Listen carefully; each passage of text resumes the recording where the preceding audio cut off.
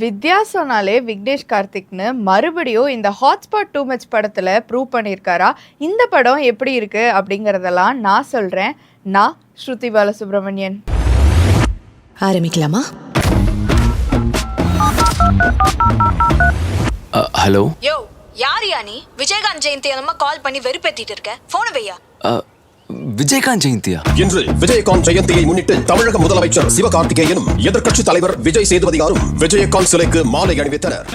MS Bhaskar, தம்பி ராமையா, ஆதித்யா பாஸ்கர், ரக்ஷன், அஸ்வின், பவானி ஸ்ரீ, பிரியா பவானி சங்கர்னு இன்னும் நிறைய பேரோட நடிப்புல விக்னேஷ் கார்த்திக் இயக்கத்துல சதீஷ் ரகுநந்தன் இசையில வெளியாகி இருக்கிற படம் தான் ஹாட்ஸ்பாட் டூ மச். இதுவும் ஃபர்ஸ்ட் பார்ட் மாதிரியே 3 ஸ்டோரி கொண்ட ஆந்தாலஜி ஃபிலிமா தான் அமைஞ்சிருக்கு. இதுல first story hero worship, second one freedom of dress, third one லவ்னு இந்த 3 கான்செப்டை வச்சு தான் இந்த படத்தோட கதை அமைஞ்சிருக்கு. சந்தோஷமா இருக்கு தம்பி, ரொம்ப ஆர்வமா காத்துக்கிட்டு இருக்கு. ஒரு படம் பதில்களை மட்டும்தான் சொல்லணும்னு அவசியம் இல்லைல்ல, நல்ல கேள்விகளை எழுப்பினா கூட போதும் தானே. நாங்க மட்டும் இல்ல, கோடிக்கணக்கான பேர் இந்த ஒரு முடிவுக்காக தான் காத்துட்டு இருக்காங்க. 2050லயும் தோனி ரிட்டையர் ஆகலையா? கவர்மெண்ட் என்ன பண்ணணுமோ பண்ணிக்கிட்டு தான் இருக்காங்க. சில பேருக்கு சில விஷயங்களை சொல்ற விதத்துல சொன்னாதான் புரியும். ஆன் த ஹோலா இந்த படத்தோட பாசிட்டிவ்னு பார்க்கும்போது ஆக்டர்ஸ் எல்லாருமே ரொம்ப சூப்பராக நடிச்சிருந்தாங்க. விஷுவல்ஸ், மியூசிக், டயலாக்னு 3மே எங்கேயுமே ஓவர் டூ ஆகாமல் அந்த ஈக்குவல் லெவல்லையே நல்லாவே மெயின்டைன் பண்ணியிருந்தாங்க.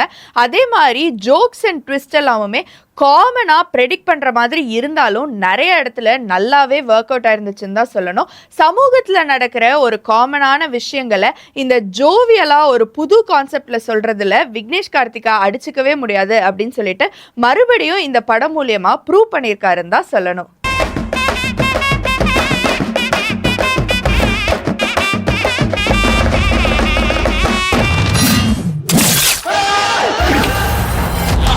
சூப்பரா இருக்கு. கண்டிப்பா இந்த படத்தை பண்றோம். எல்லா டைரக்டரையும் கூட்டு படத்தை போட்டு காட்டுறோம். படம் சூப்பரா இருக்குன்னு ஃபோர்ஸ் பண்ணி சொல்ல வைக்கிறோம். மக்களை ஏமாத்தி ஸ்கேம் பண்றோம். இந்த படத்தோட டிராபேக் அப்படின்னு பார்க்கும்போது செகண்ட் ஸ்டோரியில எனக்கு கொஞ்சம் கருத்து வேறுபாடு இருக்கு. அண்ட் ஆல்சோ அந்த செகண்ட்ல அவங்க சொல்ல வரதை முழுமையா முடிக்கலையோ, கொஞ்சம் இன்கம்ப்ளீட்டா விட்டுருக்காங்களோ அப்படிங்கிற மாதிரி எனக்கு பர்சனலா ஃபீல் ஆச்சு.